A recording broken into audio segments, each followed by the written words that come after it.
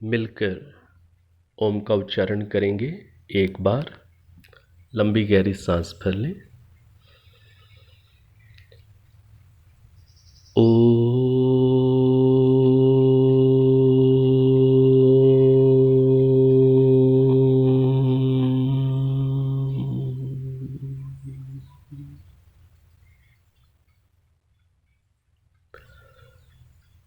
अब आप नेत्र खोल सकते हैं। शंका समाधान के इस कार्यक्रम में वेद से संबंधित कुछ शंकाएं आई हुई हैं और जो आज की शंकाएं हैं, प्रारंभ की जो कक्षाओं में हमने विषय लिया था, वेद ही ईश्वरीय ज्ञान क्यों है, उस संदर्भ में आज की शंकाएं हैं।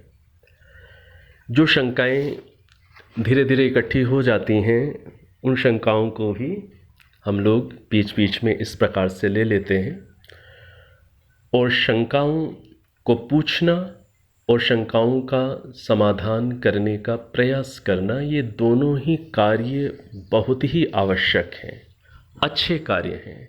इसलिए मैं बार बार संकेत करता ही रहता हूँ कि शंकाओं को, हाँ, अच्छी शंकाओं को, जो जिनके पीछे आपके कोई ठीक से लॉजिक हो, कुतर्क ना हो, ऐसी शंकाओं को पूछने में हमें हिचकना नहीं चाहिए। तो जो आज की शंकाएं हैं, आज की शंकाएं केंद्रित हैं इस बात पर कि हम वेदों को मनुष्यकृत क्यों ना माने। इस विषय को हमने थोड़ा अलग ढंग से वैसे समझा हुआ है, इस रूप में समझा हुआ है कि वेद ही ईश्वरीय ज्ञान क्यों है, और वेद ही ईश्वरीय ज्ञान क्यों है, उसके अंतर्गत ही ये बात है कि वेद मनुष्यकृत नहीं है। लेकिन अब जो शंकाएं हैं आज की, वो इस पर अधिक केंद्रित हैं कि वेद मनुष्यकृत क्यों नहीं हैं, वेदों को मनुष्यकृत क्यों ना मान लिया जाए। तो इसके लिए थोड़ा सा हम एक नई अप्रोच के साथ बात को समझने का प्रयास करेंगे। अलग अलग ढंग से, अलग अलग अप्रोच के साथ बातों को समझने से बातों के प्रति स्पष्टता बढ़ सकती है। तो अब थोड़ी सी एक अलग अप्रोच से भी हम समझने का प्रयास करें। सबसे पहले तो इस बात को हम सभी जानते हैं, मानते हैं कि जो वेद हैं वो प्राचीनतम ग्रंथ हैं। यह बात सर्वमान्य है।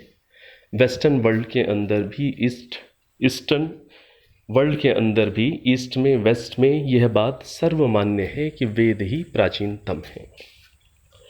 और यह बात, इस पर भी अधिकांश लोग सहमत हैं, बहुत कम लोगों को छोड़कर। किस बात पर लोग सहमत हैं कि जो वेदों की भाषा है वह प्राचीनतम है। वेद किस भाषा में है? वैदिक संस्कृत के अंदर है। और लिपि क्या है? देवनागरी लिपि है। तो ये सबसे प्राचीनतम है, इस पर भी अधिकांश लोग सहमत हैं। हाँ, बीच बीच में कभी ऐसी बातें उभर कर आती हैं कि जो तमिल लैंग्वेज है या ग्रीस लैंग्वेज है वो अधिक प्राचीनतम है, तो उन बातों का तो आसानी से समाधान हो जाता है, उस पर यहाँ पर चर्चा करने की आवश्यकता नहीं है। अधिकांश लोग इस तथ्य से, सत्य से सहमत हैं कि वैदिक संस्कृति और देवनागरी लिपि ही प्राचीनतम है। अब इस चीज़ को समझिए कि जो वैदिक संस्कृत है, वैदिक संस्कृत जो भाषा है, बहुत अधिक, जिसे कहीं सघन रूप में है, सघन फॉर्म में है, कंडेंस्ड फॉर्म में है, कॉम्प्लेक्स स्ट्रक्चर में है। जैसे सामान्य रूप से सामान्य व्यक्ति भी समझ पाए तो हम एक उदाहरण मान लीजिए, हिंदी भाषा का ही लेकर के चलते हैं कि जैसे आर्य भाषा, हिंदी भाषा के अंदर एक स्तर तो है जो, जिस स्तर पर दूसरी तीसरी कक्षा का बच्चा हिंदी भाषा को सीख रहा है, और एक स्तर है हिंदी भाषा के अंदर जिसमें एक पीएचडी का लेवल का व्यक्ति, एक डीलिट के लेवल का व्यक्ति हिंदी भाषा को साहित्यिक गहनता के साथ प्रस्तुत कर रहा है, समझ रहा है। उसके बोलने में भाषा का वो स्तर है जो 3-4 कक्षा वाले बच्चे के स्तर का नहीं है, वो दोनों के स्तर में कितना बड़ा डिफरेंस है उसको हम समझ सकते हैं कि एक साहित्य में जो प्रौढ़ व्यक्ति है, कोई कवि स्तर का व्यक्ति जो बहुत ही प्रौढ़ है हिंदी साहित्य के अंदर, उसकी भाषा का लालित्य, उसकी भाषा की सूक्ष्मता, उसके अंदर एक ही वाक्य बहुत सारी बातों को एक ही वाक्य में विशेषणों के माध्यम से समाहित करने की उसकी योग्यता एक सामान्य व्यक्ति की इवन 10वीं 12वीं या उससे भी अधिक पढ़े लिखे व्यक्ति की भी नहीं हो पाती है कि वो वाक्यों को इतना सघन रूप में कंडेंस्ड फॉर्म में वो रच सके जिससे वही एक वाक्य कई बातों की ओर संकेत कर जाए और बड़े सूक्ष्म ज्ञान विज्ञान को समझा जाए। तो जिनके भाषा का स्तर बहुत अधिक है वो इस बात को समझ पा रहे होंगे, जैसे हिंदी वाले भी समझ सकते हैं, इंग्लिश वाले भी समझ सकते हैं कि जिनकी इंग्लिश लिटरेचर में बहुत ही कमांड है, बहुत ही ऊंचे स्तर की उनकी लैंग्वेज है, वो 1 2 4 सेंटेंस में ही ऐसी ऐसी बातें कह जाएंगे, उन्हीं शब्दों से कई मीनिंग्स वो दे जाएंगे। इस प्रकार की रचना एक सामान्य आंग्ल भाषा का जानकार व्यक्ति नहीं कर पाता। तो समझना क्या है कि जो वेद हैं, इसी प्रकार से वैदिक जो भाषा है, वेद के मंत्रों की जो भाषा है, वो इसी प्रकार से बहुत अधिक कंडेंस्ड है, बहुत अधिक सघन है, और वो इतनी सघन है, इतनी कंसंट्रेटेड है कि उसमें क्या क्या मीनिंग्स छुपे हुए हैं, उसमें क्या क्या तथ्य छुपे हुए हैं, उसको समझने के लिए बहुत योग्यता बनानी पड़ती है।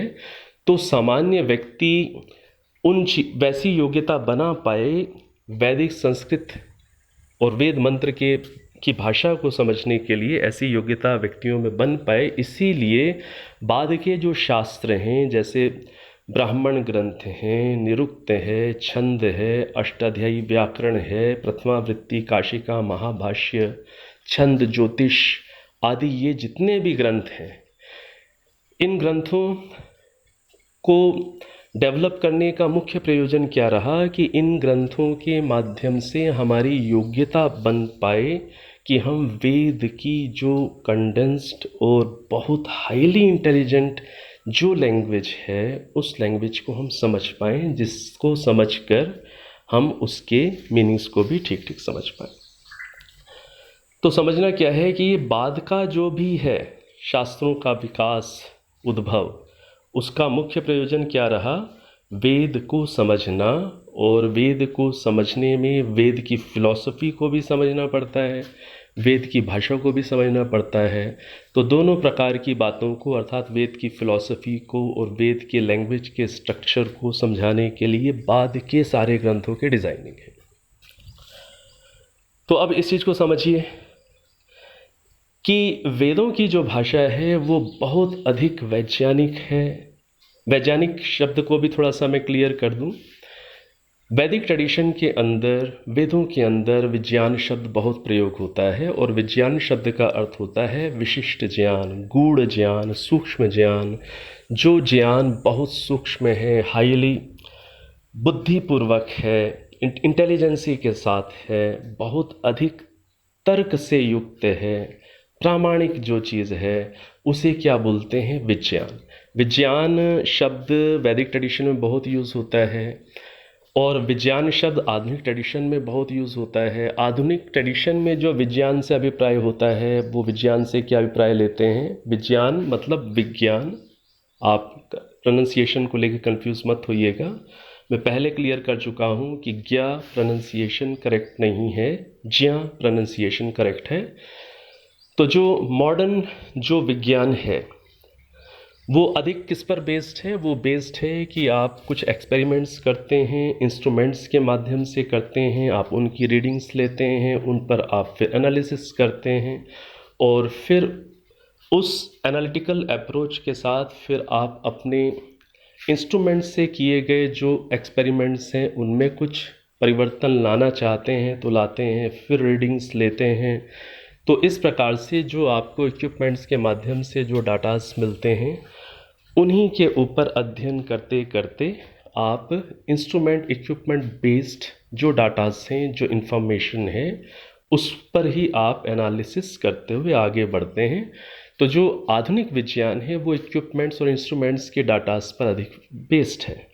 जो वैदिक ट्रेडिशन में जो विज्ञान शब्द का प्रयोग होता है वो इतना सीमित नहीं है कि जिसमें केवल इंस्ट्रूमेंट्स की रीडिंग्स पर ही हम सीमित हों। वो सीमित नहीं, वो व्यापक है। उसका अर्थ जैसे मैंने कह दिया, बहुत सूक्ष्म, हाईली इंटेलेक्चुअल जो भी नॉलेज है, जो लॉजिकल नॉलेज है और जिसको समझने के लिए बहुत बौद्धिक योग्यता की ज़रूरत है, जो सूक्ष्म है और जो सत्य है, ऐसा जो भी ज्ञान है वो क्या कहलाता है? विशिष्ट ज्ञान। उसी को विज्ञान बोलते हैं। तो अब हम लोग भी वैदिक ट्रेडिशन में विज्ञान शब्द बहुत प्रयोग करते हैं, वैज्ञानिकता शब्द बहुत प्रयोग करते हैं। तो उसको वैदिक ट्रेडिशन वाले व्यक्ति के अभिप्राय को भी आधुनिक साइंस वाले लोगों को समझना है कि ये किस सेंस में बोल रहे हैं। और इनकी सेंस में ये चूँकि हमसे भी, आधुनिक साइंस से भी पहले बोला जाता चला आ रहा है, तो जो प्राचीन लोग जो इस तरीके के शब्दों को यूज़ कर रहे हैं, उनके आशय को, उनके अभिप्राय को जब आप समझेंगे तो आपको ऐसा नहीं लगेगा कि ये तो विज्ञान को जानते ही नहीं हैं। विज्ञान का तात्पर्य, चूँकि आधुनिक लोगों के दिमाग में क्या बैठा हुआ है? इंस्ट्रूमेंट्स, उनकी रीडिंग्स, फिर उसका एनालिसिस, फिर आगे बढ़ना। तो आपको ऐसा नहीं लगेगा कि अरे ये लोग तो, इन्होंने तो कोई प्रयोग ही नहीं किए, कोई प्रैक्टिकल्स ही नहीं किए, ऐसे ही ये अपनी बातों को विज्ञान कह रहे हैं। तो आप ऐसे रिएक्ट नहीं करेंगे। आप समझेंगे कि विज्ञान शब्द का जो मीनिंग है वो वैदिक ट्रेडिशन में व्यापक है, केवल इंस्ट्रूमेंट बेस्ड नहीं है। तो फिर आप उसे समझ के साथ स्वीकारेंगे, आप वहाँ रिएक्ट नहीं करेंगे। तो समझना क्या है? इस बात को समझना है कि जो वैदिक संस्कृत है वो मंत्र, वेद के मंत्र वैदिक संस्कृत के अंदर हैं। और वैदिक संस्कृत जो भाषा है वो बहुत ही कंडेंस्ड है, बहुत ही सूक्ष्म है, बहुत ही गहरी है। उसको समझने के लिए ही सारा का सारा ये सारा सिस्टम है शास्त्रों का। तो फिलॉसफी को, वेद की फिलॉसफी को और वेद की भाषा को समझने के लिए ही सारा का सारा इतने शास्त्रों का सिस्टम है। ठीक है? तो समझना क्या है कि जो वेद की जो भाषा है वो बहुत ही इंटेलेक्चुअल है, वो बहुत ही बुद्धिपूर्वक है और बहुत सूक्ष्म है।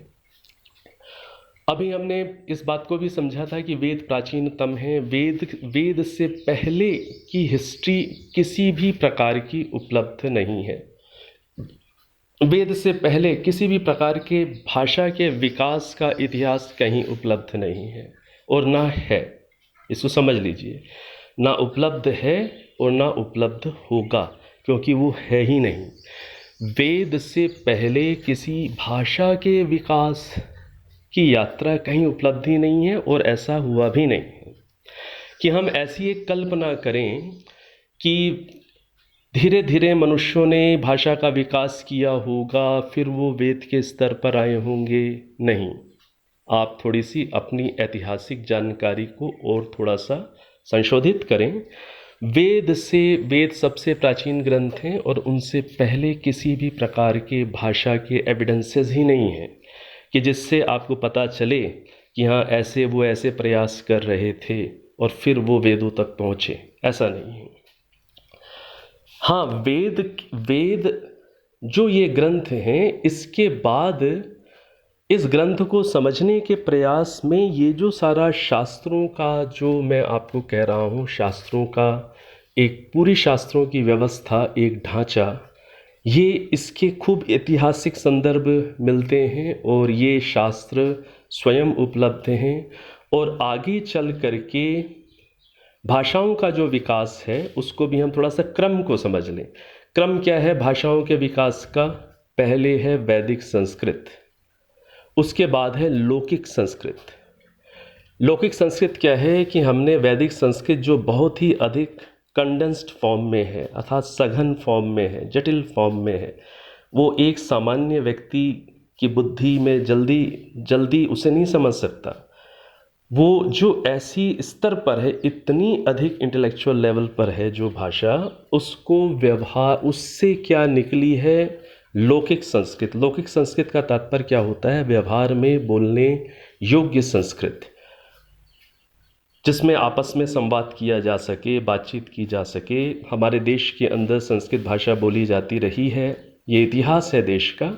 आज भी उस इतिहास की एक झलक कर्नाटक के अंदर एक ऐसा गांव आदर्श रूप में स्थापित किया गया है प्रयास से, कि जिसमें केवल संस्कृत बोली जाती है। एक छोटे से छोटा बच्चा, एक छोटे से छोटा कर्मचारी और बड़े से बड़ा व्यक्ति, चाहे वो प्रोफेसर है, चाहे वो धनवान है, वो संस्कृत ही बोलता है, एक उदाहरण के रूप में, जिससे लोगों को प्राचीन भारत की सभ्यता की झलक मिल सके।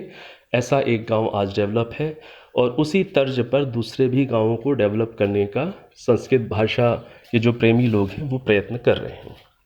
तो समझना क्या है, वैदिक संस्कृत से क्या निकली है? लौकिक संस्कृत।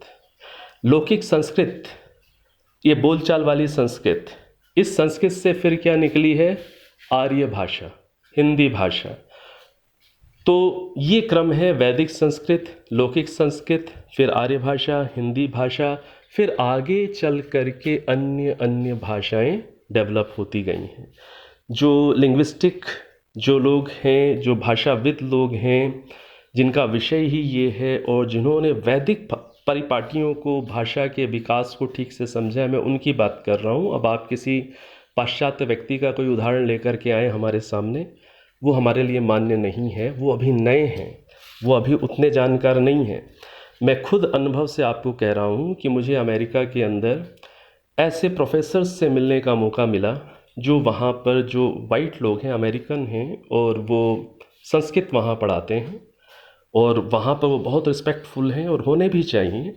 लेकिन जब मैंने उनसे थोड़ी सी संस्कृत में बात की, उन्होंने बिल्कुल हाथ जोड़ लिए कि नहीं भाई, मैं संस्कृत इतनी नहीं जानता कि मैं संस्कृत में बातचीत कर सकूं। तो उनका जो भाषा को जानने का स्तर है, वो अपना जितना भी स्तर है वो प्रशंसनीय है, लेकिन आप उसकी तुलना एक वैदिक परंपरा के एक पूरे ग्रामर को, जिन्होंने पढ़ा हुआ हो, बहुत अच्छे अच्छे कई ग्रामर के यहाँ पर विद्वान हैं। मैं खुद ग्रामर का एक विद्वान नहीं हूँ, आप मुझे मत लीजिएगा उस उदाहरण में। बहुत अच्छे अच्छे ग्रामर के, लैंग्वेज के लोग हैं। तो उनसे आप उनकी तुलना करें, वो मतलब वो तुलना ही गलत है कि आप किसी वेस्टर्न स्कॉलर का कोई लेकर के आएँ प्रमाण और बताएं जी ये भाषा का विकास ऐसे समझा रहे हैं। नहीं भैया, उनको रहने दीजिए। तो समझिएगा इस बात को कि जो भाषा की उत्पत्ति कैसी है, वैदिक संस्कृत, फिर लौकिक संस्कृत, फिर उससे आर्य हिंदी भाषा, और फिर आगे से आगे अन्य अन्य भाषाएं विकसित होती चली गई हैं। ये जो भाषाविद लोग हैं वो अच्छे प्रकार से समझते हैं, जो प्राचीन सिस्टम को भी जानते हैं, उन्हीं की बात प्रामाणिक होगी।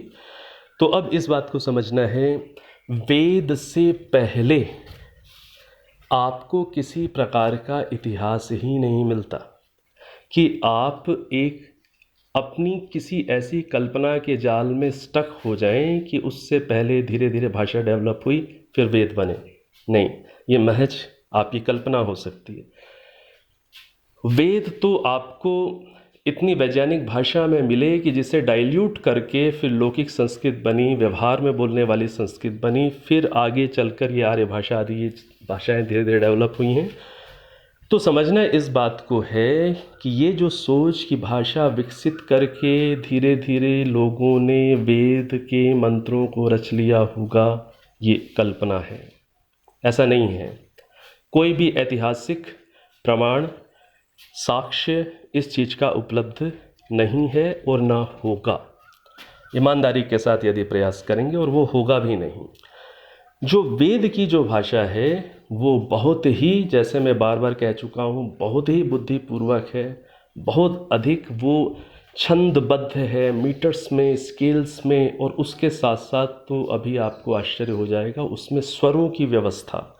वेद मंत्रों के ऊपर ये जो आपको एक ऊपर लंबी डंडी या नीचे पड़ी हुई डंडी या अलग अलग आपको कुछ सिंबल्स मिलते हैं वेद मंत्रों के ऊपर नीचे, वो सारे के सारे क्या होते हैं? स्वर होते हैं।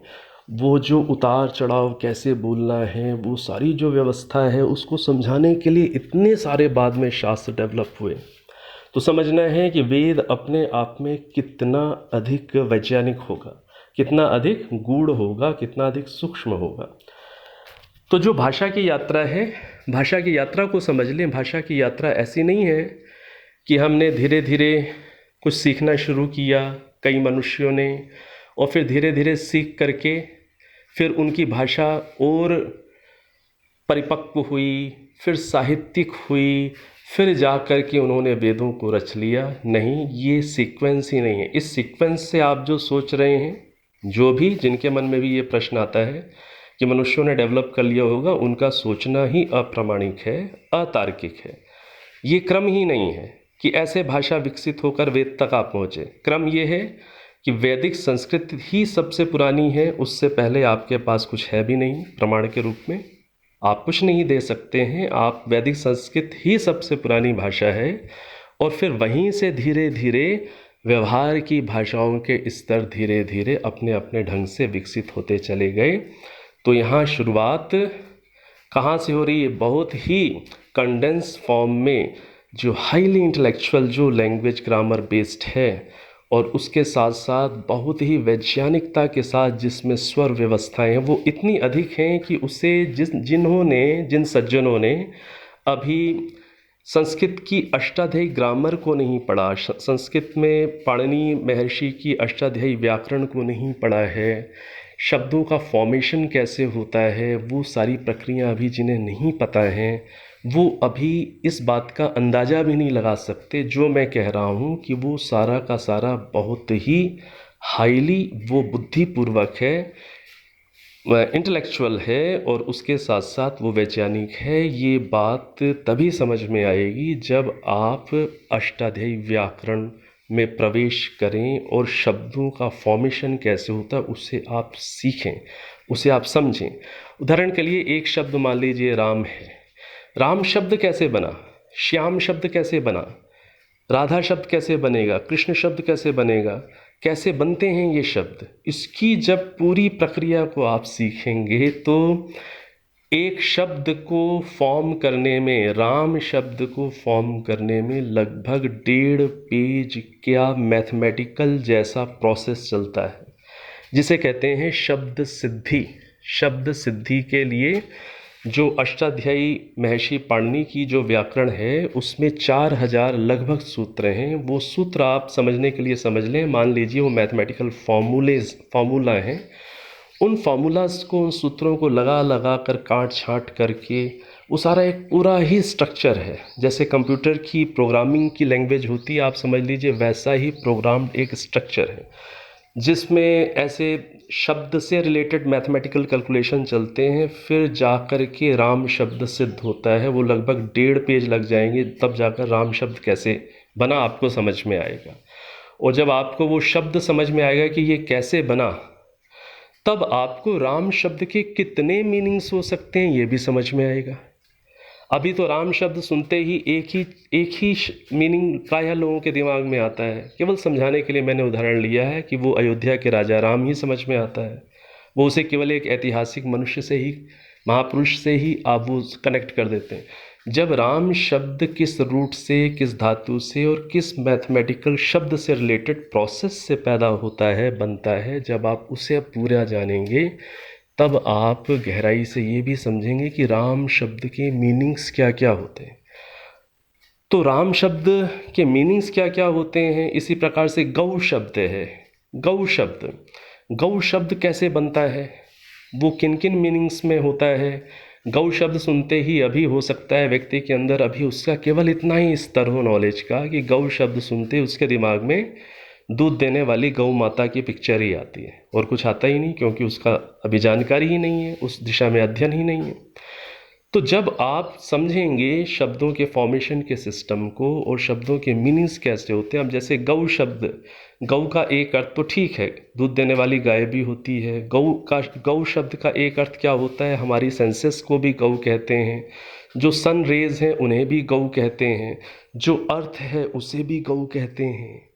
अब ये आपके लिए बड़ी नई सी चीज़ें हो सकती हैं कि कैसे बोल रहे हैं कि अर्थ को गौ कहते हैं। हाँ भाई, उसे भी गौ कहते हैं, सन रेज को भी गौ कहते हैं, ठीक है ना। इसी प्रकार से सेंसेस को भी गौ कहते हैं। जहाँ भी गति है उसे गौ कहते हैं। बहुत ही व्यापक है। गौ शब्द के लगभग 20-25 मीनिंग्स मिल जाएंगे। अब यदि एक व्यक्ति का गौ शब्द का स्तर यही है भाषा की जानकारी, यही है कि गौ मतलब दूध देने वाला प्राणी। अब वेद के मंत्र के अंदर गौ शब्द आया तो वो दूध देने वाले प्राणी के संदर्भ में ही उस वेद मंत्र को समझने की कोशिश करेगा। कितना समझ पाएगा बेचारा? समझना क्या है कि जो गौ शब्द के बहुत सारे मीनिंग्स हैं, उन मीनिंग्स के पर्सपेक्टिव में जब आप उसी एक वेद मंत्र को समझेंगे तो वही एक वेद मंत्र आपको पृथ्वी से रिलेटेड साइंस भी समझा सकता है। वही एक वेद मंत्र हो सकता है आपको सेंसस से रिलेटेड कोई विज्ञान दे दे। वही एक वेद मंत्र आपको हो सकता है सनरेज या सन से रिलेटेड कोई चीज़ समझा दे, या गौ माता से रिलेटेड कोई नई बात समझा दे। और ये तो केवल 4 ही मैंने उदाहरण दिए, ऐसे लगभग 20-25 मीनिंग्स तो केवल गौ शब्द के आपको मिल जाएंगे। तो ये समझना है कि वेदों के अंदर जो भाषा है वो इतनी गूढ़ है, उसको डिकोड करने का सिस्टम है सारा का सारा आगे के शास्त्र। तो वो इतनी अधिक सूक्ष्म है कि उसे समझने के लिए इतना कुछ आगे का सिस्टम डेवलप हुआ है। तो जो भाषा की यात्रा है, पहले तो भाषा की यात्रा की दिशा को समझ लीजिए। भाषा की यात्रा जैसा आप सोच रहे हैं कि वो धीरे धीरे विकसित होकर वेद तक गई, नहीं, ऐसा नहीं है। वो हाईली विकसित से फिर धीरे धीरे व्यवहार की भाषा के स्तर पर आई। तो आप जब भाषा की दिशा को पहले क्लियर कर लेंगे तो फिर ये प्रश्न आएगा कि वो जो हाईली जो कंडेंस्ड फॉर्म में, सघन जटिल कॉम्प्लेक्स फॉर्म में, वैज्ञानिक फॉर्म में, ठीक है, एक सिस्टमैटिक रूप में वो जो भाषा आई, वो आई कहाँ से? मनुष्य तो लाए ही नहीं, कोई इतिहास ही नहीं है पहले का, है ही नहीं। आई कहाँ से? तो आई कहाँ से, उसका उत्तर आप खुद खोजिए। इससे लेकिन ये तो सिद्ध हो रहा है कि वेद मनुष्यकृत नहीं है, क्योंकि मनुष्य जिन भाषाओं को सीख रहा है वो भाषाओं का ओरिजिन तो गहराई में जाए तो संस्कृत है, और संस्कृत का ओरिजिन वैदिक संस्कृत है। तो भाषा के प्रवाह को यदि आप समझ लेंगे तो अपने आप ही मेरे विचार से आप जैसे बुद्धिजीवी व्यक्तियों को ये बात समझ में आ जाएगी कि वो भाषा विकसित होकर के वहाँ तक नहीं जा रही, वो विकसित फॉर्म में हमें प्राप्त हो रही है, फिर डाइल्यूट हो करके वो इस रूप में आगे चली है। हाँ, जिनको जहाँ पर जो जनजातियाँ इस चीज़ में, जिसे कहें, जिनको ये सौभाग्य ही प्राप्त नहीं हुआ कि वो एक वैदिक परंपरा से जुड़ पाए हों, जिन जनजातियों के अंदर भाषा का ये फ्लो नहीं मिला, उन जनजातियों के अंदर वो चाहे आज भी जंगलों में कबीले हैं, आदिवासी लोग हैं, वनवासी लोग हैं, उनकी अपने तरीके की कोई भाषा बनी है और वो अपने ही संकेतों पर वो कुछ जैसे तैसे काम चलाते हैं। और उनका भी जब आप गहराई से अध्ययन करेंगे तो बीच बीच में मिशनरीज लोग, वो चाहे ईसाई लोग हैं, चाहे वैदिक लोग हैं, चाहे अन्य मान्यताओं वाले लोग हैं, वो बीच बीच में जाकर उन्हें एजुकेट करने की कोशिश करते रहे हैं, कुछ ना कुछ सिखाते रहे हैं। तब आज वो बिल्कुल एक जंगली पशु के स्तर से ऊपर उठकर कुछ जीवन जी रहे हैं। उनमें जो भाषा है वो उसी स्तर पर, और बीच बीच में कुछ सिखाने से जिस भी स्तर पर आप आज पहुंची है, आप उस तरीके की कल्पना यदि करेंगे कि 500,000 साल में यहाँ तक पहुंची, हो सकता है लाखों करोड़ों साल में विकसित होकर वेद तक पहुंच गई। नहीं, अपनी सोच को आप रिफॉर्म करें, उसे करेक्ट करें। ऐसा कहीं कोई ऐतिहासिक एविडेंस नहीं है। वेद सबसे पुराने हैं, ये सिद्ध है, और वेद की भाषा से ही अन्य भाषाओं का विकास है, ये भी सिद्ध है। कंडेंस फॉर्म को ही धीरे धीरे लोगों के स्तर पर भाषा के रूप में लाया गया, ये भी सिद्ध है। इसलिए जो हाईली इंटेलेक्चुअल जो वेद हैं वो किसकी कृति है? मनुष्यों की तो है ही नहीं। अब वो एक पावर है, उसे वैदिक ट्रेडिशन में ईश्वर कहते हैं, ओम कहते हैं। आपको शब्दों से यदि किसी को परहेज है तो भले ही ऐसा ना शब्द यूज़ करे तो वो, लेकिन कोई ना कोई एक कॉन्शियस सुपर कॉन्शियस एनर्जी के रूप में ईश्वर को मान ले।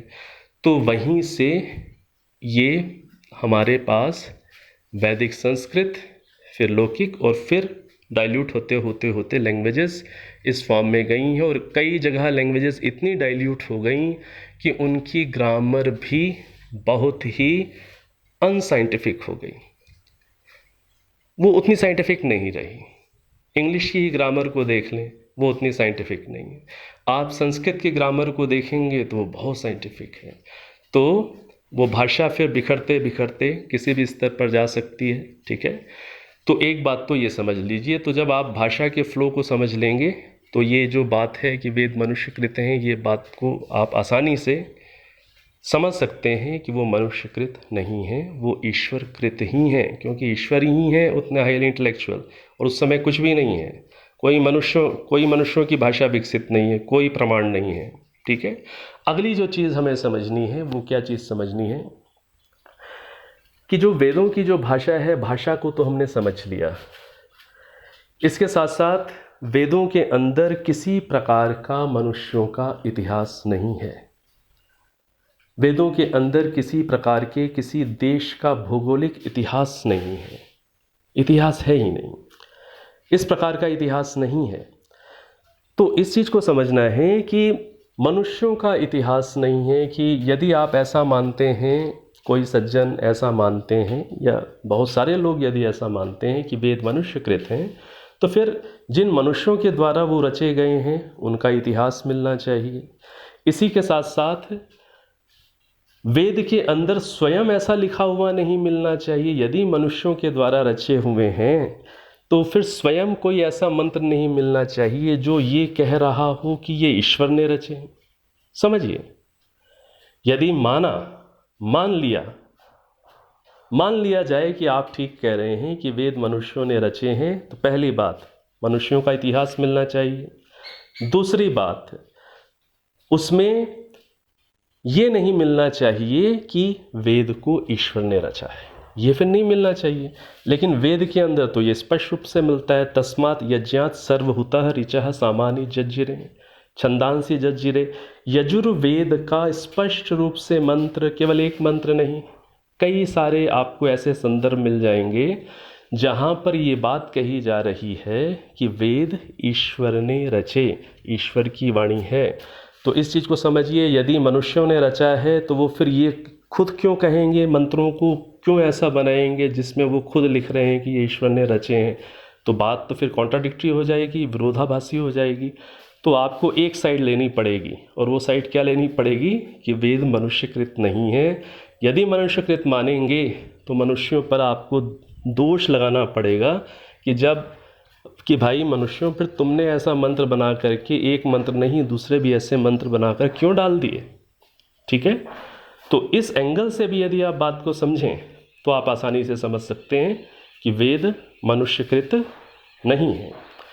अगली चीज़ जो समझें, वेदों के अंदर फिजिकल साइंसेस भी हैं। फिजिकल साइंसेस का अर्थ क्या है? भौतिक विज्ञान। मॉडर्न साइंस की मैं बात नहीं कर रहा, भौतिक भौतिक विज्ञान से तात्पर्य क्या होता है? जो भी भौतिक पदार्थ हैं, सृष्टि के अंदर जो पदार्थ हैं, जो कुछ भी बना हुआ हमें मिल रहा है, उनसे संबंधित बहुत सूक्ष्म बातें हैं जो 100% सत्य हैं, जिनको आज आधुनिक विज्ञान भी प्रमाणित करेगा। जो भी सृष्टि के अंदर बने हुए पदार्थ हैं, पृथ्वी है, चंद्रमा है, सूर्य है, आकाशगंगाएं हैं, इसी प्रकार से पृथ्वी के अंदर जो एक पुल है, ग्रेविटेशनल फोर्स है, अन्य प्लैनेट्स के अंदर भी जो अपने अपने पुल हैं, इसी प्रकार से सूर्य ग्रहण है, सोलर इक्लिप्स है, चंद्र ग्रहण है, ल्यूनर इक्लिप्स है। इसी प्रकार से एक जगह से दूसरी जगह सिग्नल्स को कैसे ट्रांसफॉर्म करना है, उससे रिलेटेड कुछ बातें हैं। इसी प्रकार से हवाई जहाज़ को कैसे डिज़ाइन करना है, उसके कुछ बेसिक्स हैं। ये जो कुछ भी है, पृथ्वी गोल है, ये समझने में ही इस मॉडर्न साइंस को ना जाने कितने वर्ष लग गए। जो मॉडर्न साइंस है वो किस मेथड से चलती है?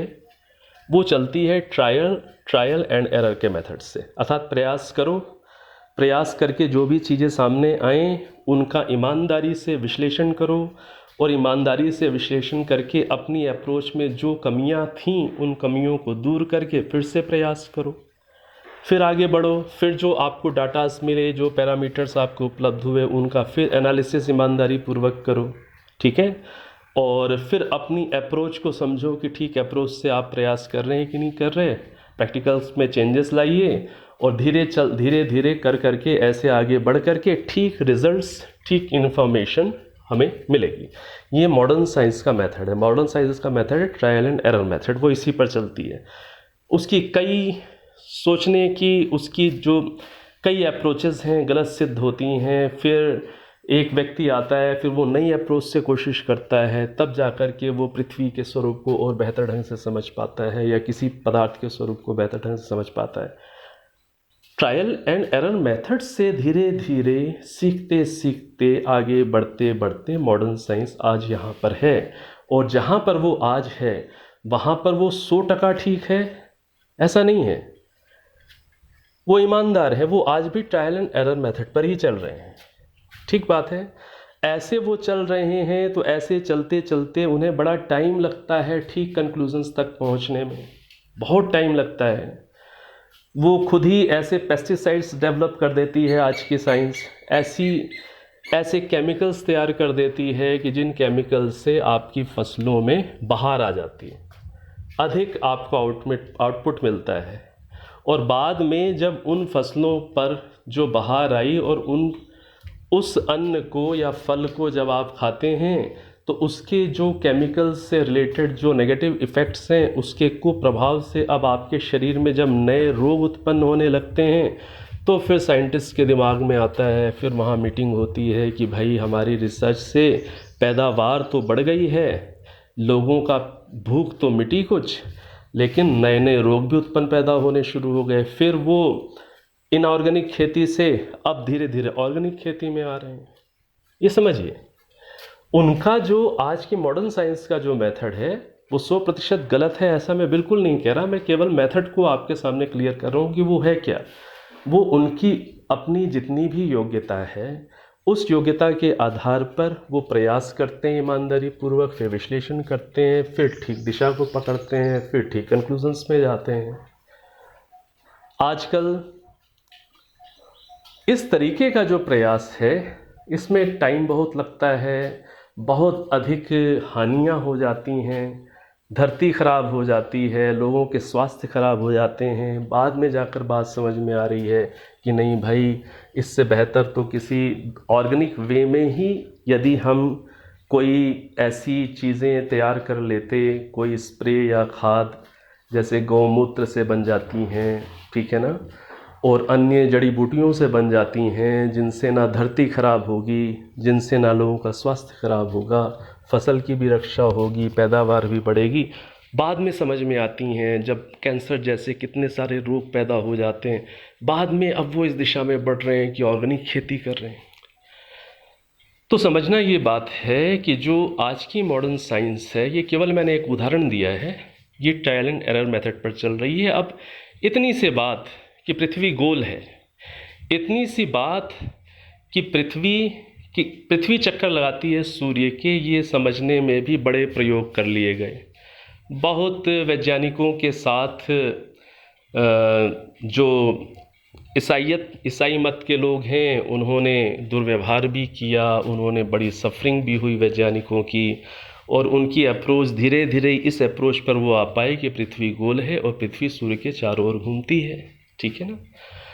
इतनी सी बात मैं कह रहा हूँ, जो इतनी सामान्य सी बात है, जब तक ये सामान्य सी बात सिद्ध नहीं थी तो क्या आप इसे सामान्य बात कहेंगे?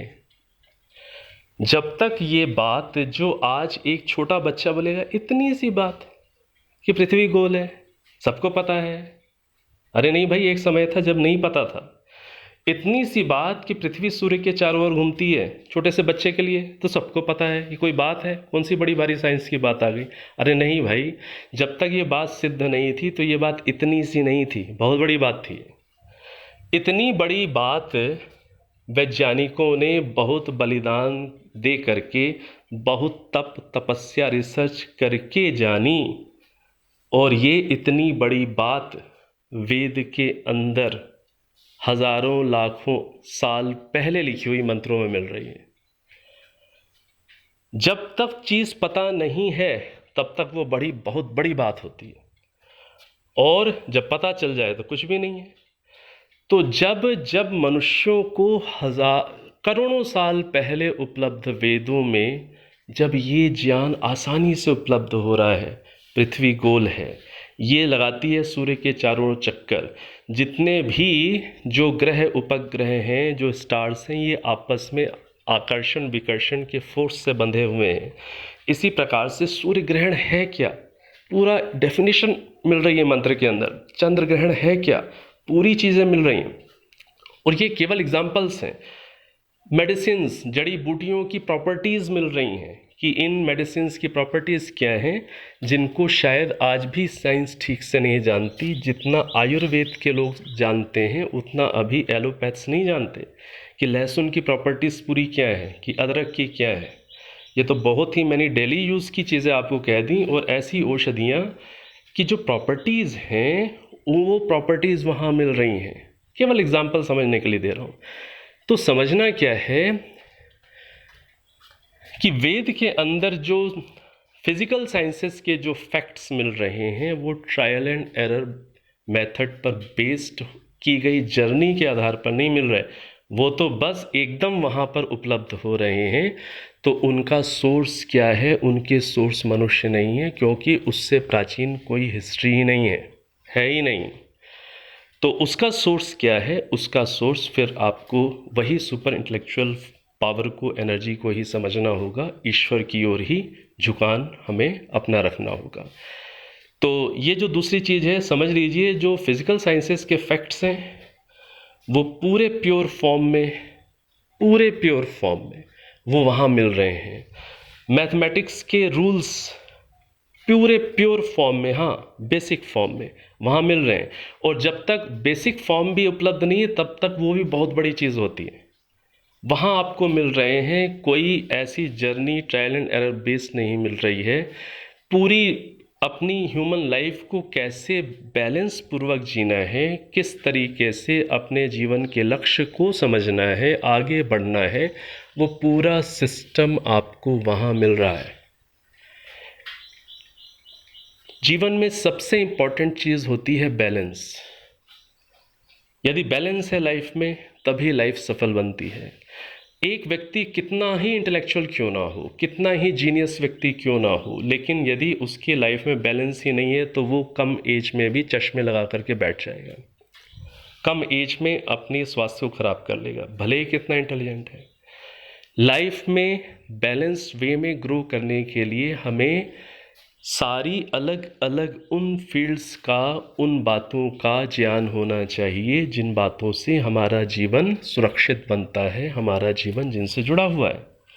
हमें सोना कैसे है, हमें क्या खाना खाना है, कैसी चीज़ों को खाना है, जो हम खाते हैं वो कितने प्रकार के प्रभाव देने वाली चीज़ें हैं, सात्विक राजसिक तामसिक चीज़ें क्या होती हैं।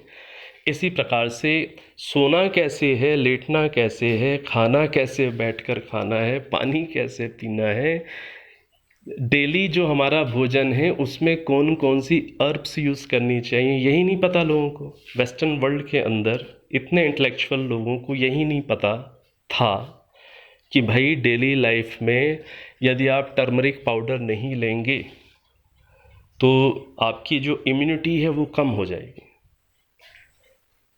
और ये एंशिएंट जो सिस्टम से रिलेटेड जो भी देश हैं या जहाँ पर भी एंशिएंट सिस्टम को समझने वाले लोग हैं, उनकी डेली डाइट में देख लीजिए, उनकी डेली डाइट में ऐसी ऐसी चीज़ें हैं जिनसे उनकी इम्यूनिटी बेटर रहती है।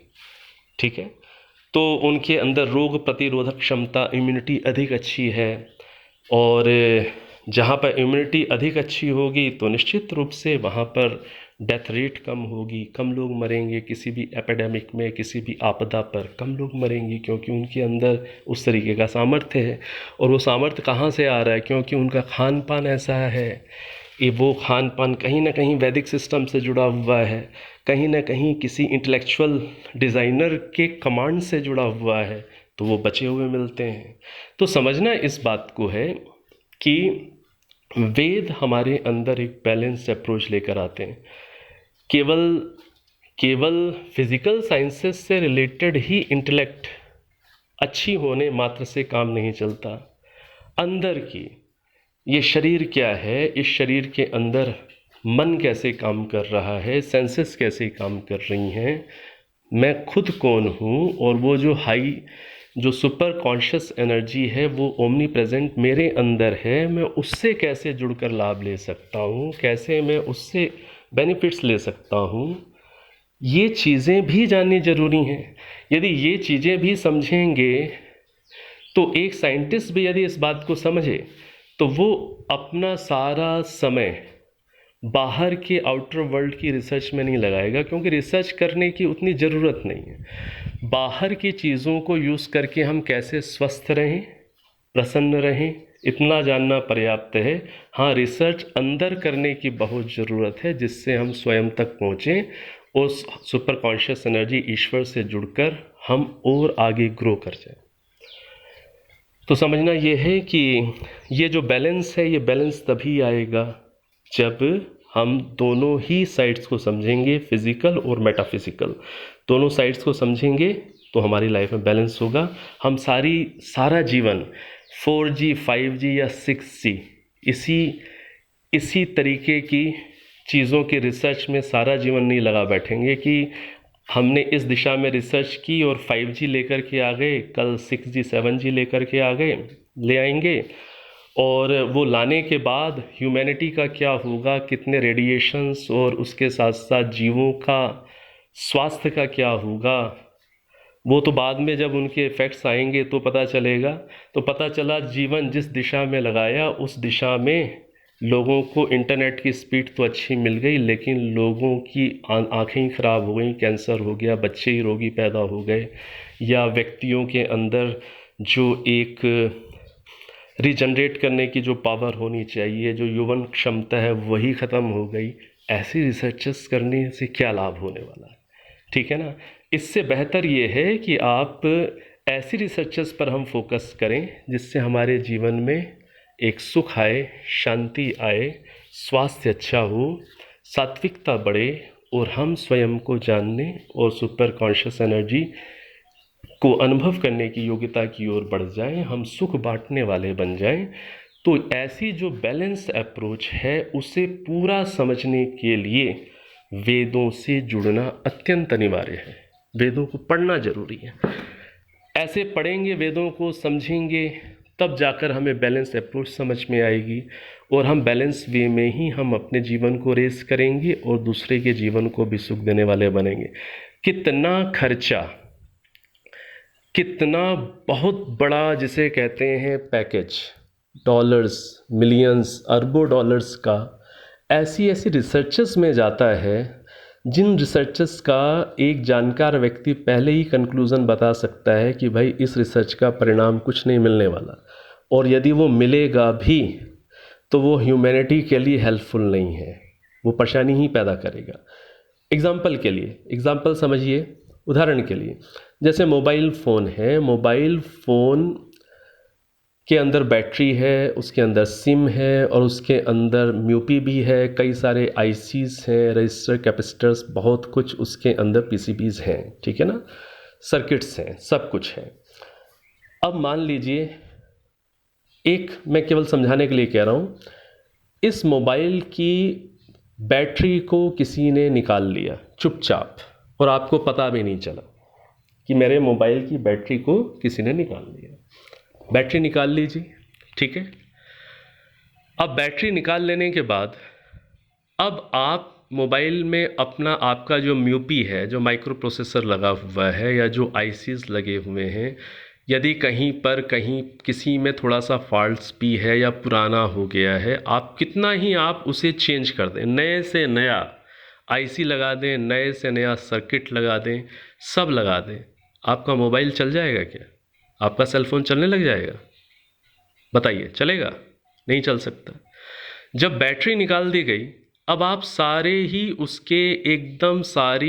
उसके जो भी है पार्ट्स आप नए कर दीजिए, आपका मोबाइल नहीं चल सकता। इसी प्रकार से उदाहरण के लिए एक डेड बॉडी, उसमें जो बैटरी थी, वो बैटरी, उदाहरण के लिए जो समझाने के लिए मैंने एग्जांपल दिया, वो क्या थी? सोल के होने से, आत्मा के होने से एक बॉडी फंक्शन करती है। अब मान लीजिए डेथ हो गई है, अब मान लीजिए एक साइंटिस्ट, जो साइंटिस्ट अभी अध्यात्म से नहीं जुड़ा हुआ, ऐसा कोई साइंटिस्ट जो नहीं जानता कि आत्मा भी कोई चीज़ होती है जिसके होने से ये शरीर रन कर रहा है, उसको नहीं पता। अब उसकी अप्रोच मान लीजिए ये है कि भाई हार्ट ठीक इसका नहीं काम कर रहा था, ब्रेन ठीक काम नहीं कर रहा था, मान लीजिए उसने किसी तरीके से हार्ट को या ब्रेन को डेवलप कर लिया, या किसी को किडनैप करके उसका ही हार्ट, स्वस्थ हार्ट निकाल लिया, स्वस्थ ब्रेन निकाल लिया, और इस डेड बॉडी में नया हार्ट लगा दिया, नया ब्रेन लगा दिया, नए लंग्स लगा दिए, इस आशा से कि ये बॉडी जीवित हो जाएगी। हो सकती है कभी जीवित? सेल फोन में से बैटरी किसी ने निकाल ली है, और बैटरी निकाल लेने के बाद, सारे पार्ट्स नए करने के बाद भी सेल फोन चल जाएगा क्या? नहीं चल सकता। इसी प्रकार से जब आत्मा रूपी बैटरी उस शरीर में है ही नहीं, उससे निकल चुकी है, अब आप सारे पार्ट्स चेंज कर दें, रिसर्च करें, और इस रिसर्च में आप करोड़ों डॉलर्स भले ही खर्च कर लें, इससे कोई आउटपुट नहीं आने वाला। ये जो धन के फ्लो की दिशा है, ये ह्यूमैनिटी को प्रोटेक्ट करने की दिशा में नहीं, किसी और दिशा में धन का व्यय माना जाएगा। तो समझना इस बात को है कि जो वेद हैं, वेद एक बैलेंस को देते हैं, और ये बैलेंस जो दोनों फील्ड्स को समझते हैं, फिजिकल और मेटाफिजिकल, वो बड़ी आसानी से समझ जाएंगे, और वो बोलेंगे भाई साइंटिस्ट से, अरे भाई और किसी अच्छे काम में धन लगा लीजिए इन प्रोजेक्ट्स में, कि शरीर के सारे पार्ट्स चेंज कर देने पर जीवन फिर आ जाएगा, शुरू हो जाएगा। ये हो ही नहीं सकता, क्योंकि बैटरी नहीं है, बैटरी जा चुकी है। ये यदि कोई व्यक्ति जानता हो, या वैज्ञानिक ही जो बैलेंस रखते हो वो जानते हो, तो वो इस फील्ड में ना तो अपनी एनर्जी लगाएंगे, ना धन लगाएंगे, ना ही टाइम लगाएंगे, तो कितना वो अपनी लाइफ को भी ठीक डायरेक्शन देंगे, और दूसरी ह्यूमैनिटी को ठीक ढंग से सेवा करने के लिए वो कुछ कर जाएंगे। उदाहरण दिया तो समझने के लिए, तो ये जो वेदों को पढ़ना इसलिए बहुत ज़रूरी है क्योंकि वो हमें दोनों टाइप्स की फील्ड्स में बैलेंस सिखा देता है। फिजिकल और मेटाफिजिकल, भौतिकता और आध्यात्मिकता में बैलेंस सिखा देता है। इसलिए हमारा वेदों से जुड़ना बहुत आवश्यक होता है। तो हमने क्या बातें समझी कि वेद की जो भाषा है उसका फ्लो कंडेंस फॉर्म में है, वहाँ से धीरे धीरे भाषा डाइल्यूट होकर के आज यहाँ पर आई है, ना कि डाइल्यूटेड फॉर्म में भाषा धीरे धीरे विकसित होकर वेद की भाषा में गई है। वो अप्रोच नहीं है। इस अप्रोच को यदि समझ लें तो आसानी से समझ पाएंगे कि वेद ईश्वरीय हैं। इसी प्रकार से वेदों के अंदर जो फिज़िकल फैक्ट्स हैं या मेटाफिज़िकल भी जो साइंसेस हैं, वो फैक्ट्स दिए हुए हैं, वो बिल्कुल ट्रुथ हैं, सत्य हैं। वहाँ कोई trial and error based method या कोई हिस्ट्री नहीं है, वो सीधे के सीधे वहाँ पर प्रेजेंट हैं। तो ईमानदारी के साथ सोचिए, जिन फैक्ट्स को समझने में वैज्ञानिकों की जनरेशन्स लग गई, तब कहीं जाकर उन्हें सिंपल बातें समझ में आई। ग्रेविटेशनल फोर्स, सिंपल सी बात है कि सेब नीचे गिर रहा है तो भाई अर्थ का कोई पुल होगा। इतनी सी छोटी सी बात है, छोटी सी बात। उस समय छोटी सी बात नहीं थी, न्यूटन के समय ये छोटी सी बात नहीं थी। जब तक लोगों को पता नहीं है तब तो बहुत बड़ी बात थी, और कहा भाई न्यूटन ने ये चीज़ डिस्कवर कर दी, ठीक है। तो जब तक पता नहीं है तब तक तो वो बहुत बड़ी बात है। तो ऐसी बड़ी बातें वेदों के अंदर हैं। फायर की प्रॉपर्टीज़, इलेक्ट्रिसिटी की प्रॉपर्टीज़, ठीक है ना, वाटर की प्रॉपर्टीज़, अर्थ की प्रॉपर्टीज़, स्पेस की प्रॉपर्टीज़, बहुत कुछ। ये सृष्टि कैसे बनी, ये जैसे आज भी जो साइंस है खोज कर रही है, खोज करते करते बिग बैंग की जो थ्योरी आई है उसके भी कई लूप होल्स आ गए हैं। कोई साइंटिस्ट बिग बैंग्स को मान रहे हैं, कोई नहीं मान रहे। डार्विन को कोई मानता है, कोई नहीं मानता है। इतनी सारी अब स्ट्रिंग थ्योरी चल रही है। तो वेद के पर्सपेक्टिव को भी यदि समझेगा साइंटिस्ट कि वेद के अंदर सृष्टि कैसे उत्पन्न होना लिखा हुआ है, तो बहुत बड़ी हेल्प मिलेगी साइंटिस्ट को, और वो उस दिशा में रिसर्च करेंगे तो वो ठीक दिशा होगी और वो जल्दी ठीक कंक्लूजन्स तक पहुंचेंगे। इसलिए वेद को पढ़ना बहुत ज़रूरी है, वेद से जुड़ना बहुत ज़रूरी है, क्योंकि वो ईश्वर की वाणी है, मनुष्यों के प्रयासों से, मनुष्यों के द्वारा विकसित नहीं है। वो जो सुपर कॉन्शियसनेस है उसके द्वारा दिया हुआ नॉलेज है, उसको जितना समझेंगे उतना ही हम उससे लाभ ले पाएंगे।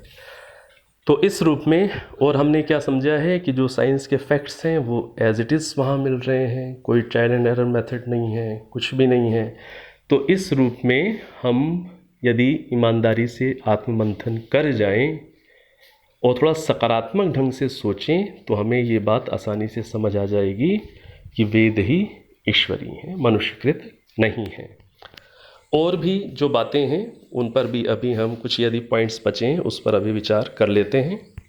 एक छोटा सा प्रश्न कई बार लोगों के मन में ऐसा भी उभरता है कि ठीक है, आपकी बात हमने मान ली कि वेद मनुष्यकृत नहीं है, वेद ईश्वरीय हैं, तो ईश्वर ने फिर वेदों में सारा ज्ञान क्यों नहीं दे दिया, हर चीज़ क्यों नहीं समझा दी, हर बात को ही पूरी सूक्ष्मता से, गहराई से क्यों नहीं सारी बातें बता दी। देखिए, आप अपने घर में अपने छोटे बच्चे को आप सारा का सारा ज्ञान देना ठीक मानते हैं कि आप हर चीज़ अपने बच्चे को दे दें, हर चीज़ स्पून फीडिंग कर दें, और उस स्पून फीडिंग से आपको क्या लगता है बच्चे का ब्रेन डेवलप हो जाएगा?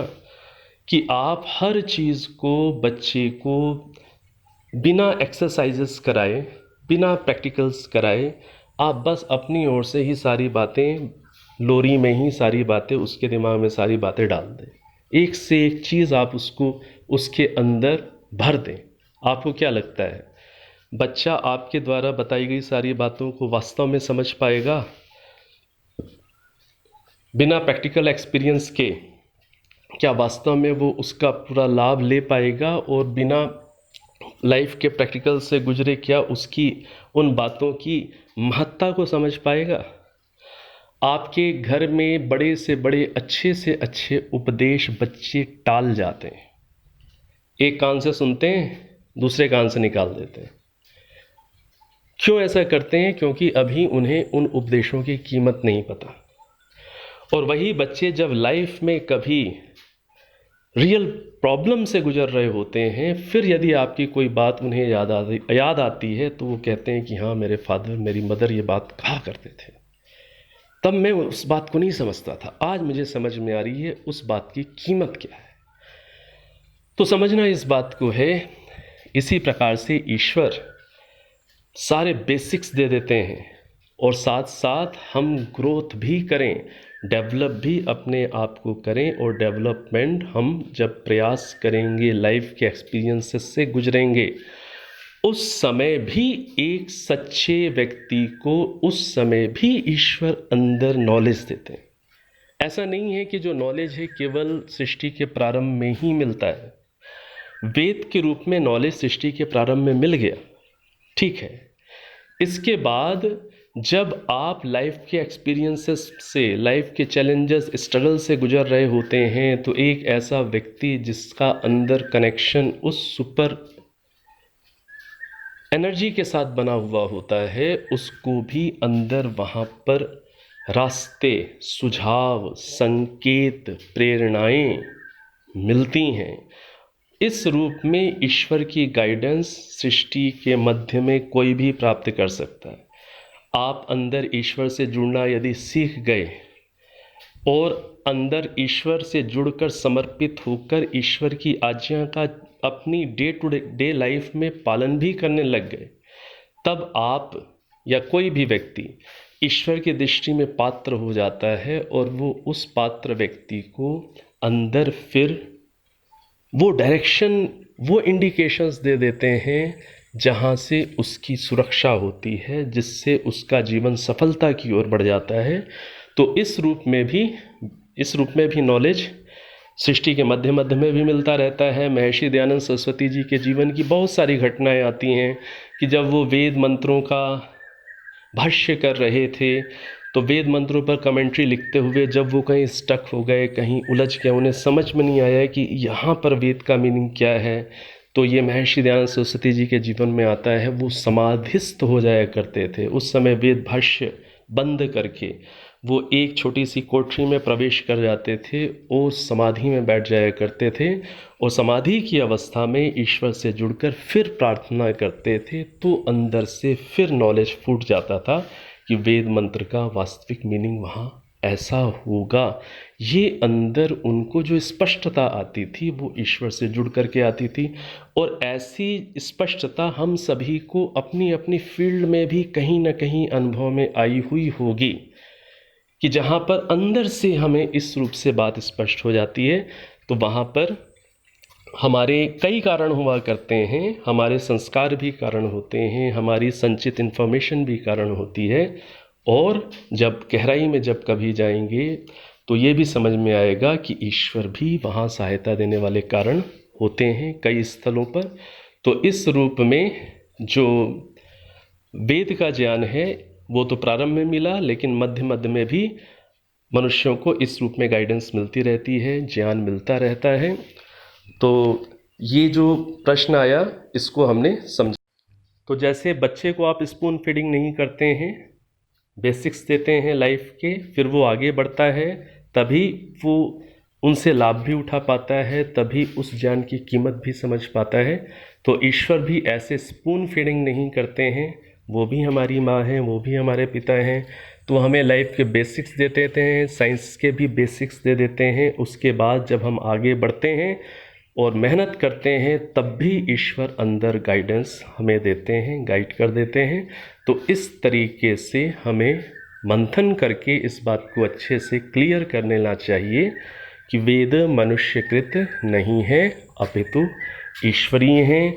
इस विषय को फिर इतना प्रयास किया है प्रस्तुत करने का, उसके पीछे कारण यही है। मैं समझ सकता हूँ कि आज हमारे घर के अंदर जो यंग जनरेशन है, जो आपके अंदर घर के अंदर आज बच्चे हैं जो मॉडर्न साइंस को पढ़ रहे हैं, उन बच्चों को ये चीज़ समझ में लाने के लिए अलग अलग एंगल से समझाने की ज़रूरत होती है, हो सकती है। इसलिए इस शंका समाधान को विस्तार पूर्वक लिया है। तो ये केवल जो प्रश्न करता है ये केवल उनके लिए ही नहीं, ना जाने कितने सुनने वालों के लिए ये उपयोगी हो जाएगा। विशेष रूप से जो यंग जनरेशन, जो यूथ है, उसके लिए उपयोगी हो सकती हैं जानकारियाँ। इसलिए जो अन्य लोग हैं जिनको ये बात स्पष्ट हो चुकी है पहले ही, और जिनका पहले से ही विश्वास है कि वेद ईश्वरीय हैं, वो इस बात को अन्यथा ना लें कि आचार्य जी ने फिर इतना लंबा क्यों ये लेक्चर इस पर रख दिया। नहीं, समझिए कि जो आज का यूथ है, जो साइंस से जुड़े लोग हैं, उनको और एक सोचने की दिशा मिले। इसलिए आप धैर्य रखें और समर्थन करें सभी इस प्रकार के प्रश्नों का, उनकी प्रशंसा करें, इनकरेज करें। तो सबके सहयोग योगदान से ही हम लोग सत्य को और समझने की ओर आगे अग्रसर होते रहेंगे। अब एक बार ओम 3 बार शांति का उच्चारण करेंगे। सीधे बैठ जाएं, नेत्रों को कोमलता से बंद कर लें, लंबी गहरी सांस भरें।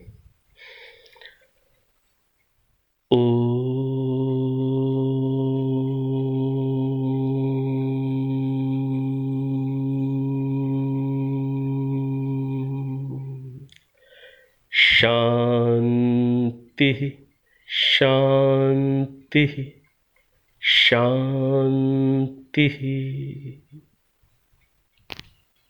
ओम।